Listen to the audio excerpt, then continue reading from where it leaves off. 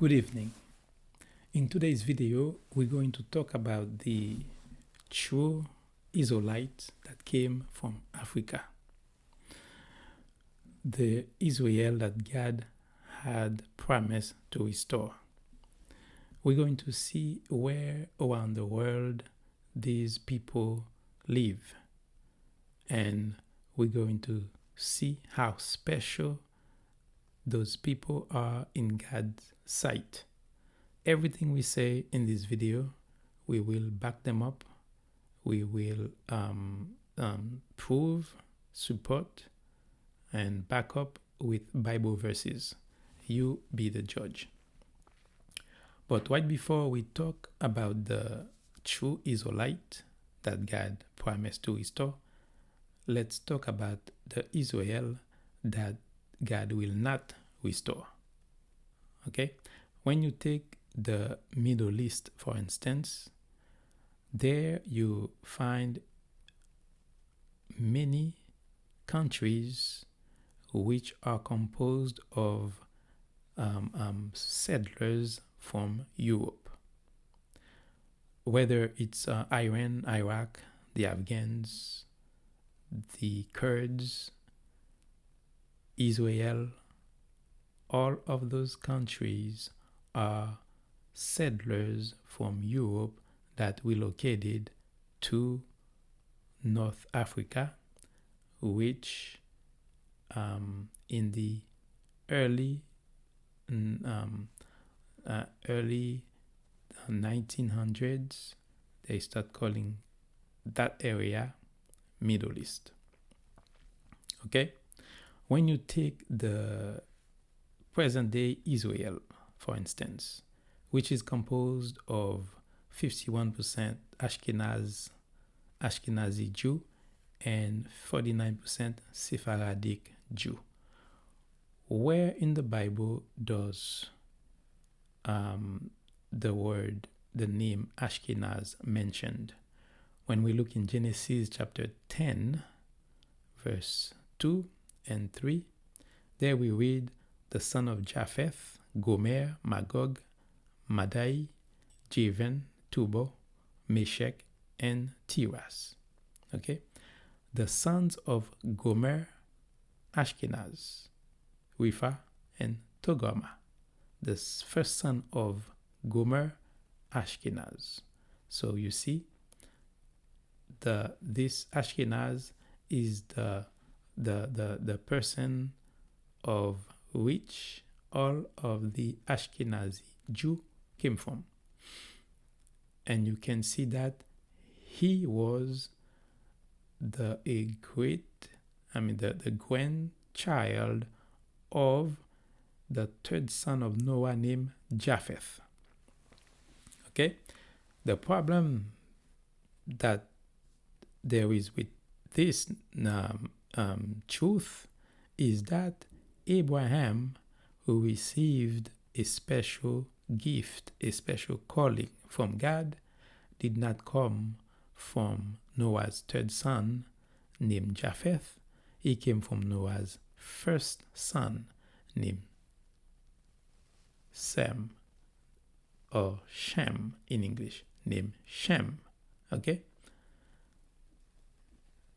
Therefore, the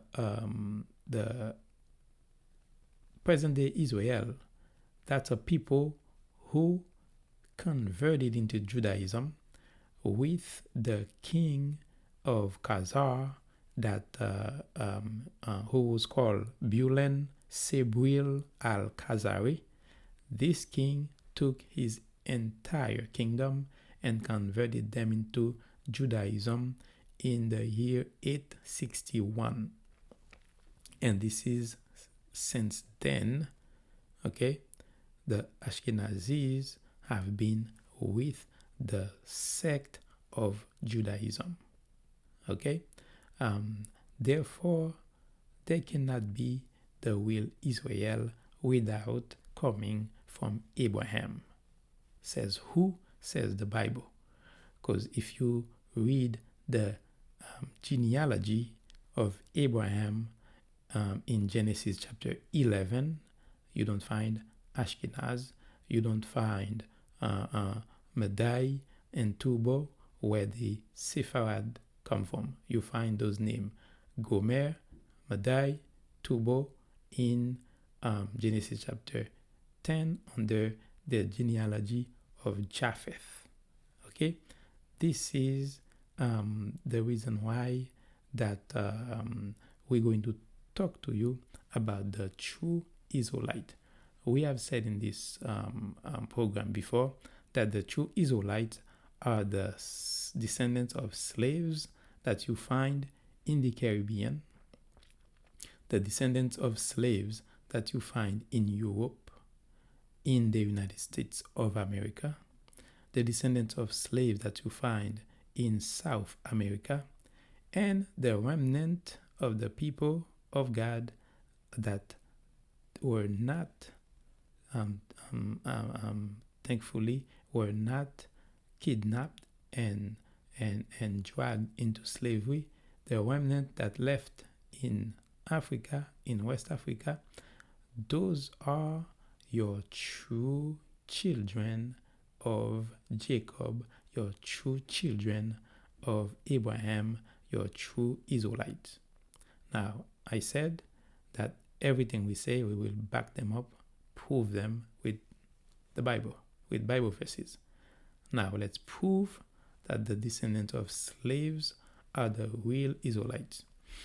First text we will read, we find it in Zephaniah chapter 3, verse 10. When you read Zephaniah chapter 3, start with verse 9 in the Bible version NIV.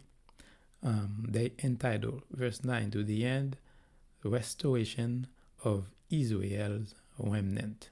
In other words, this is the Israel God is going to restore. Now we're going to read about the Israel God is going to restore. Verse 10 says of Zephaniah chapter 3, From beyond the rivers of Cush, my worshippers, my scattered people will bring me offerings. Okay? From where? From the rivers of Cush. What is Cush? Cush is one of Noah's grandson. This is from the person all the Ethiopians come from. Okay? In other words, from behind the rivers of Ethiopia, who God says reside there? He says, my worshippers, my scattered people. So, how were they scattered there? When were they scattered there? This is when the Assyrian took the 10 tribes of Israel, the kingdom of Israel, and the Assyrian took the noble, the rich, the high society of the kingdom of Israel, the rich, the businessmen, the intellectuals. Okay, they took them to Assyria to help develop Assyria, and the rest of the people, they took them and dispersed them in West Africa, where there were no countries at that time. That area was just a forest, okay, because countries in the area at the time were Egypt, Ethiopia, Libya, Canaan, the place where Abraham came from, the Chaldeans, the Elamite. Those were the countries that were there, but the rest were just forest. Okay, so in their wickedness, the Assyrian purposely placed the people in the forest in bits and pieces, so that they would never come back strong as a strong Israel country again, because under King David and King Solomon, Israel was a beast, a very powerful nation that doesn't lose a war to no one. Okay, in fact, countries in the area used to bring what you call, they come and pay dues to King David and King Solomon without asking. Camels full of gold, of precious stones, of diamonds, of silver, of food product. Okay, camel full of provisions they brought to the kingdom of Israel in order for King David and King Solomon not to attack them, because Israel was very powerful at the time. So the first opportunity the Assyrian got to get rid of the people of Israel, that's what they did. They dispersed them to the forest of West Africa that we find from beyond the rivers of Kush or Ethiopia. Okay, so what does the slaves in the Caribbean has to do with beyond the rivers of Kush, where God says this is where my worshippers and my scattered people reside? Is because there in West Africa, beyond the rivers of Kush, this is where you find countries like the Congos, Ghana, Nigeria, Senegal, Togo, and so on and so forth. This is where they took the citizens of Africa who were peaceful, gentle, smiley people, okay, friendly people, that they chained and brought into slavery. That's where they took them from and brought them to the Caribbean. So that's the connection between the Caribbean and the people God called my worshippers, my scattered people. Those descendants of slaves that you find everywhere in the world came from there. God called them my worshippers, my scattered people. You see, it doesn't say from beyond the rivers of the Champs-Élysées. It doesn't say from beyond the rivers of the Balkans. It doesn't say from beyond the rivers of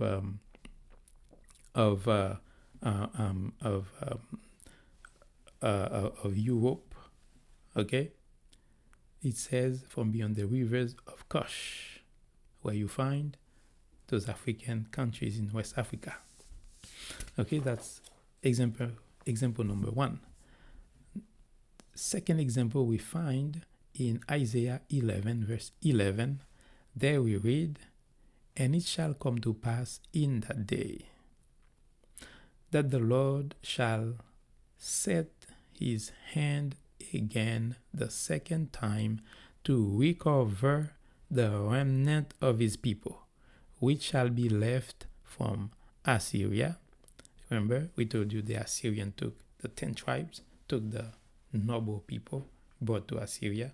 God said he's going to stretch his hand a second time to recover the remnant of his people from Assyria, from Egypt, because Israel was born in Egypt when Jacob took his 70 family members to join Joseph in Egypt.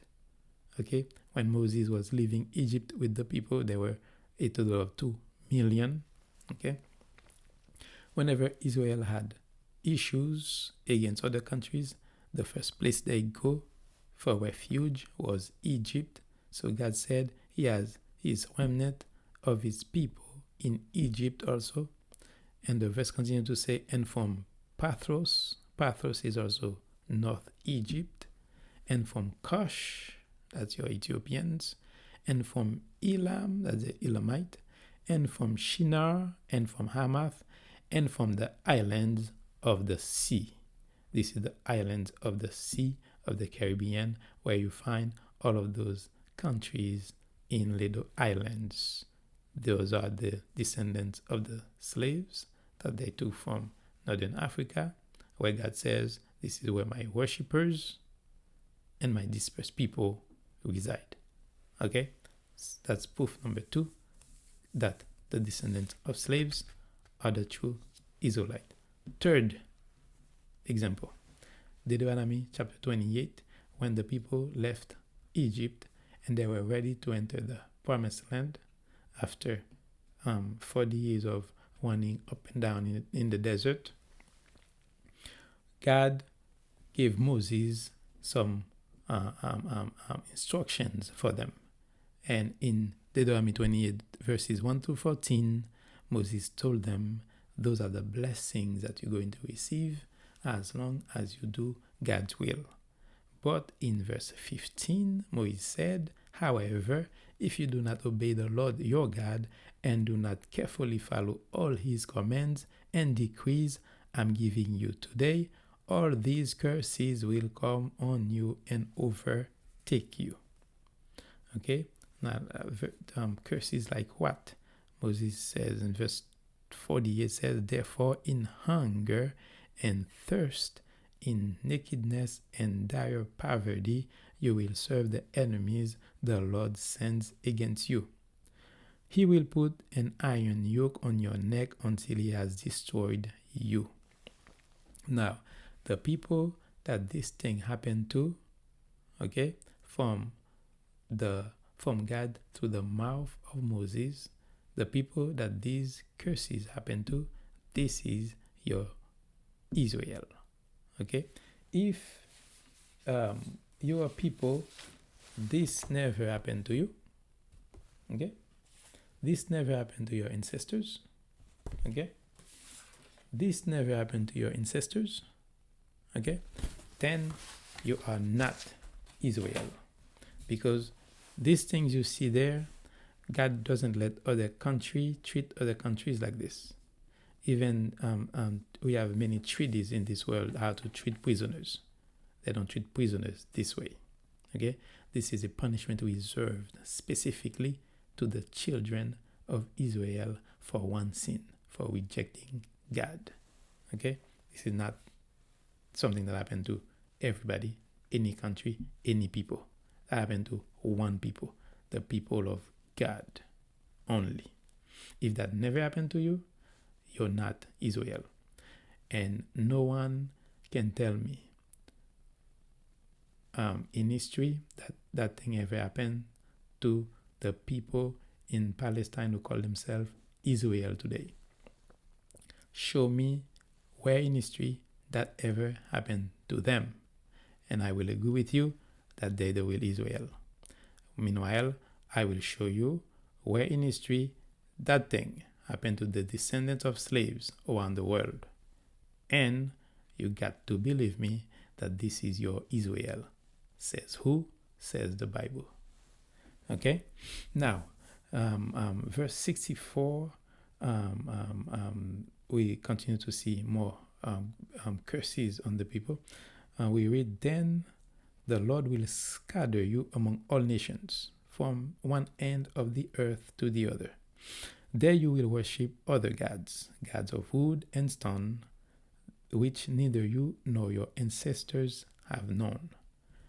When you ask majority of the descendants of slaves, what's your religion? What religion are you? They most likely will tell you Catholic. And what God do we serve in Catholicism?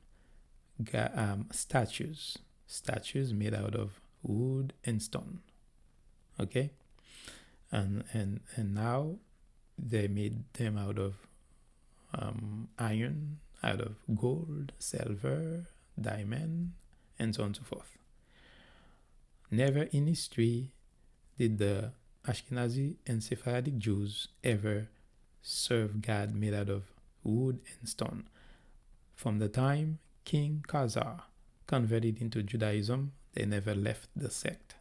They always stay as Judaism. They never worship gods made out of wood and stone. Therefore, it cannot be them. Now, verse 65 to the end, 65 and through 67, describe the daily life of a slave. Okay, there we read from Deuteronomy 28, among those nations you will find no repose, no resting place for the sole of your foot. There the Lord will give you an anxious mind, eyes weary with longing, and a despairing heart. You will live in constant suspense, filled with dread both night and day, never sure of your life. In the morning you will say, if only it were evening. And in the evening, if only it were morning, because of the terror that will fill your hearts and the sights that your eyes will see. What sight that the eyes of slaves see that will fill their hearts with terror?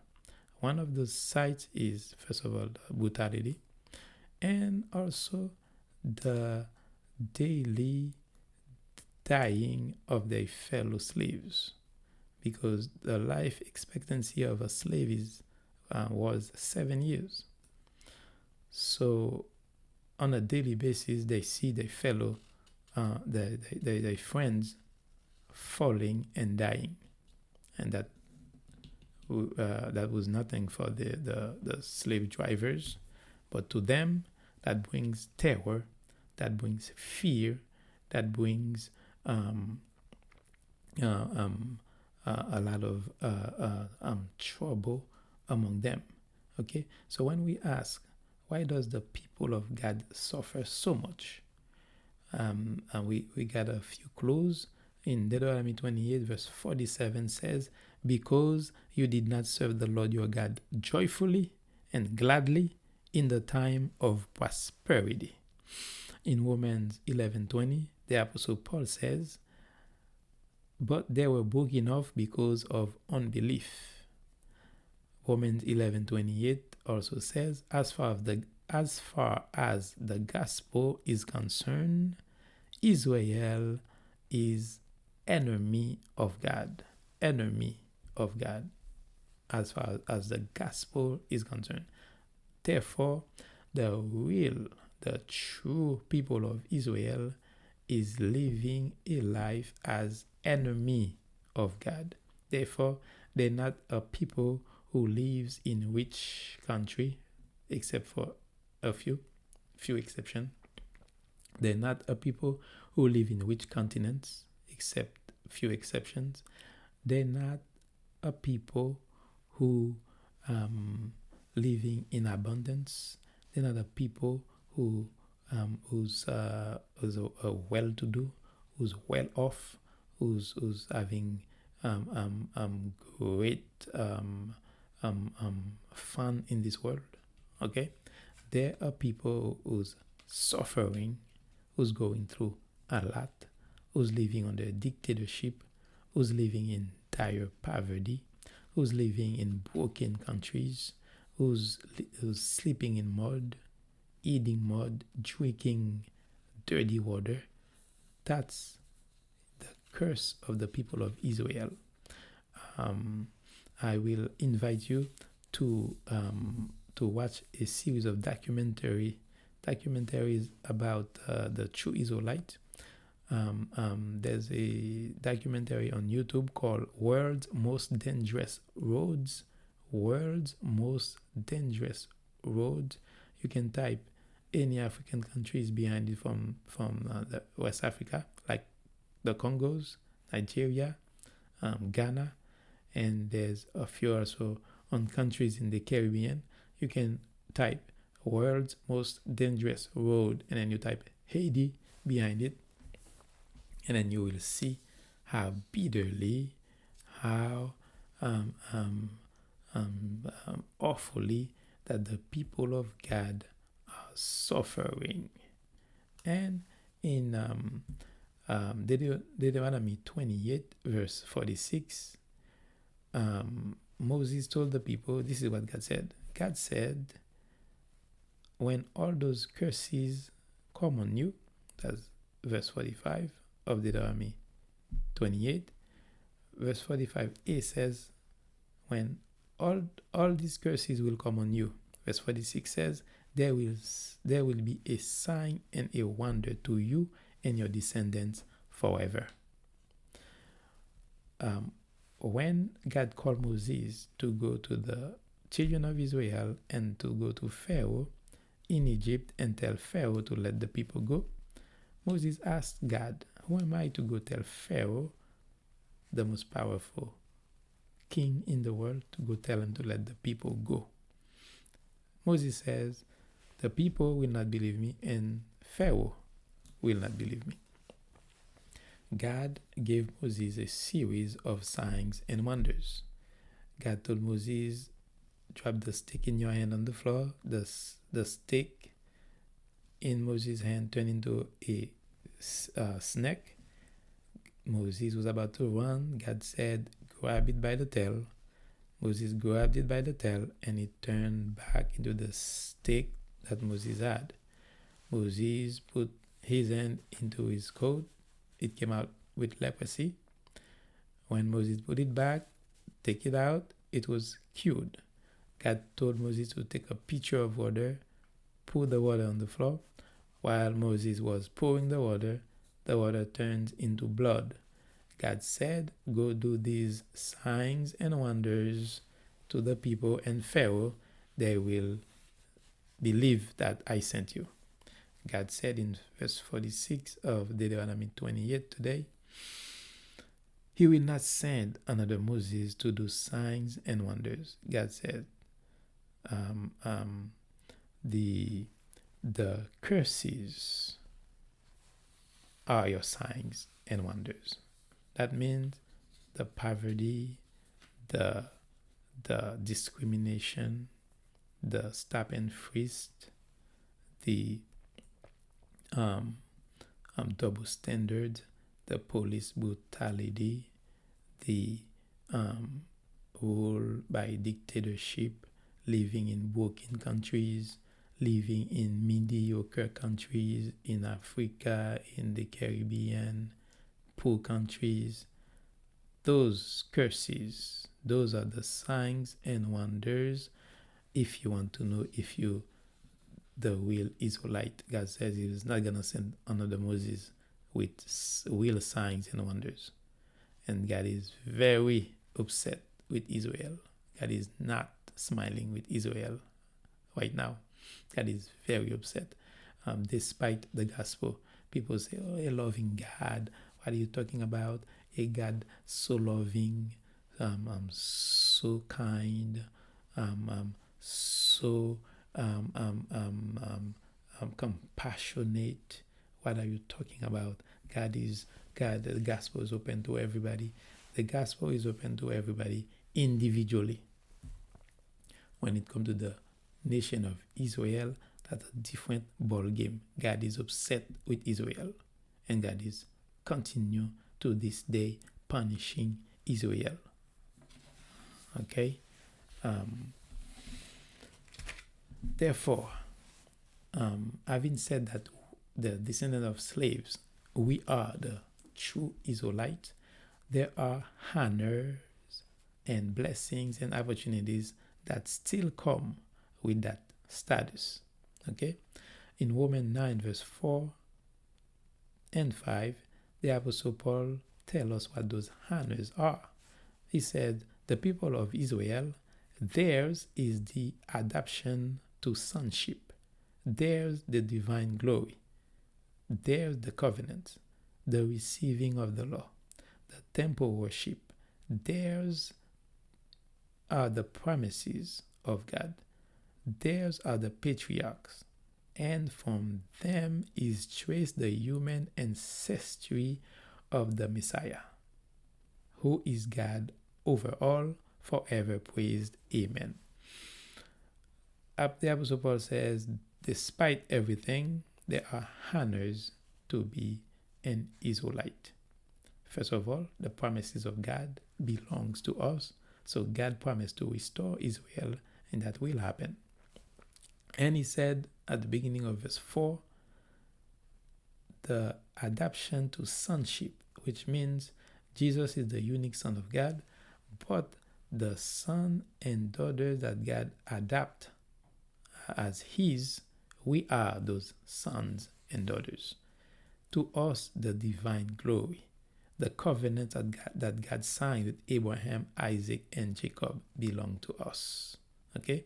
We are the people who received the law, who received instructions for the temple worship.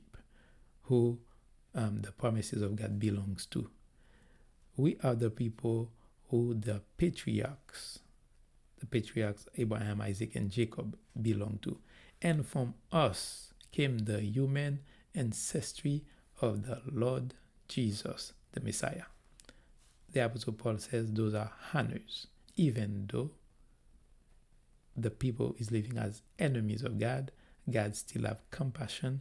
God still promise to restore the true Israelite. Therefore, as the climax of the video today is a conversation between the spiritual leaders in those countries where the descendants of slaves live. One thing that I'm asking from you, leaders, dear leaders, is to do like the Berean Jews. In Act 17 verse 11, we see what they did. There we read, "Now the Berean Jews were of more noble character than those in Thessalonica, for they received the message with great eagerness and examined the scriptures every day to see if what Paul said was true." So this is what I'm asking from you, dear leaders in countries where the descendants of slaves live, in assemblies where you have before you where your church members are descendants of slaves. You need to drive to lead the people to reconcile with God. It's almost an oxymoron to say inside a church you're leading church members to reconcile with God. Church members are already reconciled with God. Individually, as Christians, I am reconciled with God. You are, as a Christian, reconciled with God. But as a nation, Israel is not. You can read in your own Bible in Romans 11, where the Apostle Paul says, as Israel, they're enemies of the gospel as far as the gospel is concerned. So the true Israelites as a nation are living as enemies of God in this world, in this 21st century. That's where the problem lies. That's why we have thousands of fasting services, thousands of conferences, thousands of prayers. Nothing changed in those poor and run down countries in Africa and in the Caribbean, because God is upset with Israel, very upset. Okay? Individually as Christians, we are fine. In fact, we're getting a double portion of God's blessing, being descendants of Abraham and servant of the Lord Jesus Christ. However, as a nation, as a people that were cursed, okay, God is not happy with us. You leaders need to, even the secular leaders in those countries also need to drive their people to reconcile with God. And that's the solution to the problem of those run down poor countries in Africa and in the Caribbean. Until we meet again, may the Lord richly bless you.